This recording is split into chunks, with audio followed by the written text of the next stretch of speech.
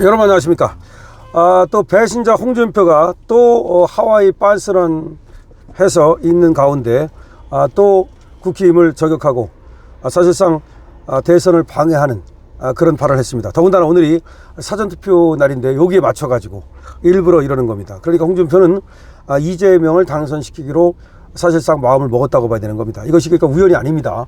홍준표는 저는 우연이 아니라고 봅니다. 그러니까 이재명을 당선시키기 위해서 의도적으로 이 사전투표 날에 이런 말을 하는 것이라고 보는데, 정말 이 홍준표라는 건자가 정말 이 국힘의 수치고 우리 자유보수 우파의 수치고 대구의 수치다, 이렇게 생각합니다. 저는 여러분들께서도 이 홍준표가 어떤 짓거리를 했는지 듣게 되면 야, 정말 저런 자가 있나 라는 생각을 할 텐데요.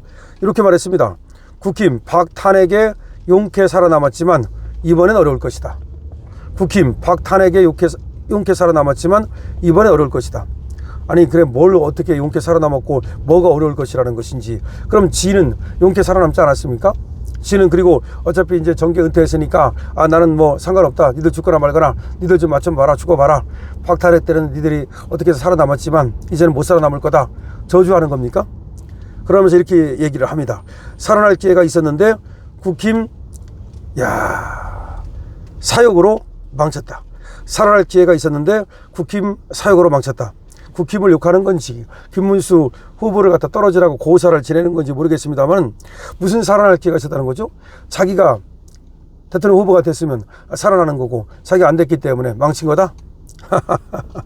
이 척당불기라는 놈이죠. 이게 바로 옛날에도 말이죠, 1억 원 그 뇌물 받았는데 1심에서는 유죄가 나왔습니다만 2심에서 그것도 지금 판결이 잘못됐다고 다 얘기하는 거 아닙니까? 지금 그 후에도 홍준표가 유죄라고 하는 증거가 그 후에도 판결 떨어지고 나서도 발견이 됐지 않습니까? 사실은.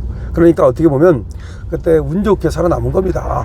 그런데도 불구하고 지금 반성하지 않고 이렇게 다른 사람들을 욕하는 겁니다. 여러분들 척당불기 아시잖아요. 홍준표가 이거 그때 맛 가는 건데, 사실은 1심에서 유죄, 2심에서 무죄가 나왔거든요. 그때 2심에서 무죄가 안 나왔으면 맛 간 겁니다. 그런데 그때 척당불기 액자가 걸려 있었느냐 안 걸려 있었느냐 뭐 그런 거 갖고, 아니 그게 말이 됩니까? 그 돈을 준 사람이 갔을 때 자기 보니까 척당불기 액자가 거기 걸려 있더라, 이렇게 얘기를 한 거야. 그러면 척당불기 액자가 걸려 있다는 건 하나의 정황 증거지, 그거에 따라서 돈 주고 안 주고 게 결정됩니까? 아니잖아요. 다른 어떤 증거에 의해서 돈 주고 안 주고가 결정되는 건데, 결국은 척당불기 액자가 없다 그래가지고서 안 됐는데 나중에 보니까 결국은 그 척당불기 액자가 걸려있던 것이 발견이 됐고, 그래서 거기서 돈을 줬구나. 그러니까 A라는 장소, B라는 장소 의원회관이 있고 또 이제 자기 사무실이 있고 이렇게 있을 거 아니에요. 근데 이제 이 척당불기 액자가 어디에 걸려있는지 그거 가지고 조금 이제 그 주는 사람이 혼동을 일으킬 수도 있죠. 처음 가는 자리인데 거기가 어떤 장소에 있는지 척당불기 액자가 내가 갔을 때 걸려있더라, 이렇게 얘기를 한 건데, 그거 없다 그래가지고 사실 뭐 무죄가 된 거예요. 근데 알고 보니까 사실 홍준표가 쓰는 그 사무실에 또 척당불기가 걸려 있었다는 그 사실이 나중에 발견이 된 거 아닙니까? 그러니까 사실은 유죄였던 거죠. 자, 그렇게 살아났으면 정말로 그때 아웃되는 건데, 그 후에도 여러 번 국회의원 해먹고 말이죠, 지자체장 해먹고, 그러면 감사한 줄 알아야지 어디서 말이죠 지금 국힘을 향해서 그렇게 저주를 하고. 근데 국힘을 저주하는 게 아니에요. 이건 사실은 김문수 떨어지라고 고사를 지내는 것이고, 사실은 이재명을 도와주는 것이니까 문제가 있는 건데, 뉴시스가 보도하고 있습니다.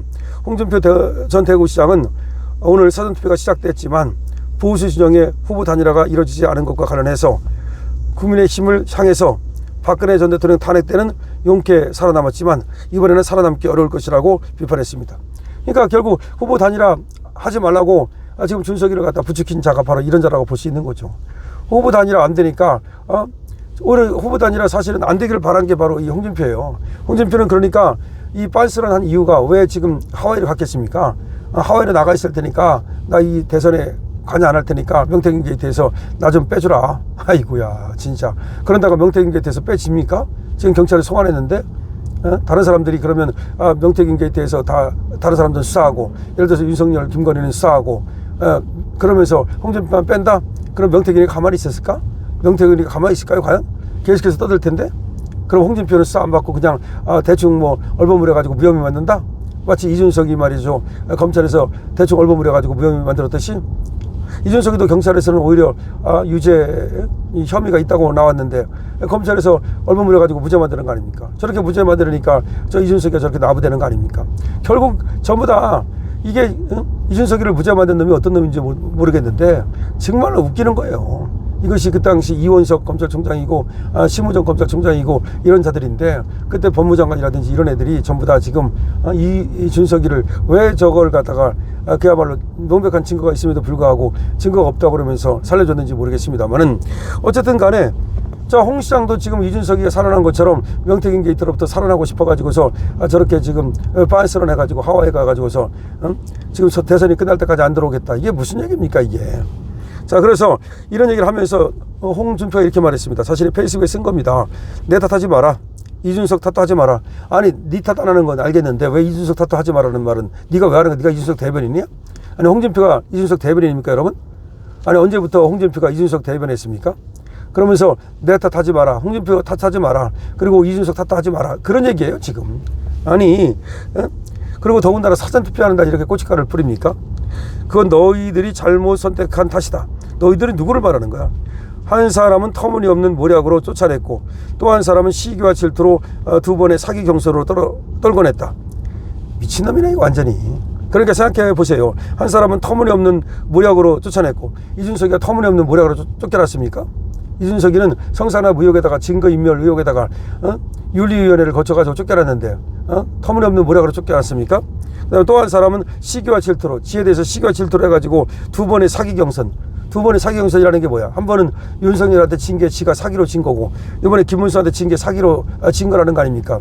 이 자는 천년의 저주를 받아야 됩니다. 이런 자는 말이죠. 여러분도 한번 생각해 보세요. 이거 분노가 치밀지 않습니까? 지금 사전투표하는 날 김문수를 도와주는 말을 한마디는 못할 망정 내 탓하지 마라, 이준석 탓하지 마라 그러면서 한 사람 모략으로 쫓아냈다. 국민의힘에서 그렇게 했다는 거야. 또 두 번을 사기 경선을 해가지고 지를 쫓아냈다는 거야. 그러니까 윤석열한테 진 것도 사기 경선으로 진 거고 김문수한테 진 것도 사기 경선으로 진 거라는 거야. 쪽팔린 줄 알아야지. 2등도 못한 게 어디서 말이죠. 한동훈한테도 진 게 어디서 사기 경선 얘기합니까? 참 기가 막힙니다. 그러면서 공당이 어찌 그런 짓을 할 수 있나. 아니 증거 있어? 다 너희들의 자업자득이다. 두 번 탄핵당한 당일치라도 살아날 기회가 있었는데 너희들의 사욕으로 그것조차 망친 것이다. 누구를 탓하지 말고 다가올 아이스 에이지 빙하기에 대비하라. 당신이나 명태균 수사에 대비하시오. 지금 얼마나 불안하면 지금 저렇게 헛소리를 하겠습니까? 저 홍준표가 완전히 제가 볼 때는 헛소리하고 이건 노망난 것 같은데 이게 왜 그러냐면 지금 불안한 거야. 지 인생에서 이제 어떻게 잘 그 적당불기라든지 이런 것들을 잘 넘겨왔는데 이 명태균 게이트는 빠져나갈 수가 없거든 이게 지금. 그러니까 이제 이준석도 걸려있고 명태균 게이트에 홍준표도 걸려있고 동병상련이야. 동병상련이니까 준석이 편을 들어주는 척 하는 건데 사실은 준석이 편을 드는 게 아니라 이재명 편을 드는 거예요. 준석이 편을 들어야 이재명이 되잖아요. 준석이 찍으면 이재명 된다. 이걸 알고서 이재명한테 개개 비는 거야. 원래 저자가 말이죠. 저렇게 하다가도 또 권력자 앞에 가서는 90도로 절을 합니다. 저번에 어떤 일이 있었냐면 지자체장들이 용산에 가가지고서 윤석열 대통령을 만났단 말이야. 그럼 되게 다른 사람들은 그냥 적절하게 이렇게 악수하고 적절하게 인사를 하잖아요. 저자가 90도로 인사를 한 거야. 그 사진이 돌아다녀요. 용산에서 지 검찰 후배고 지 뭐 정치 후배 아닙니까? 까마득한. 그러니까 대통령이라고 90도로. 아니 그렇게까지 폴더 인사를 했어. 아니 그렇게까지 할 필요가 있나? 적절하게 예를 갖추는 건 대통령이니까 맞지만 뭐 90도로 인사를 해. 그러니까 저자가 항상 과거원 비례. 그러니까 이게 간신의 특징이에요. 간신은 굽힐 때는 90도로 폴더를 했다가 고개를 빳빳 들어가지고서 언제 그러냐 싶게 배신 때리고. 여러분 홍준표는 천년의 저주를 받아야 할 가장 더러운 배신자라는 점을 여러분 알아두시고 댓글을 많이 달아주시기 바랍니다. 그리고 홍준표가 저렇게 아무리 방해를 한다 하더라도 김문수는 무쇠 부처럼 갑니다. 강철TV입니다.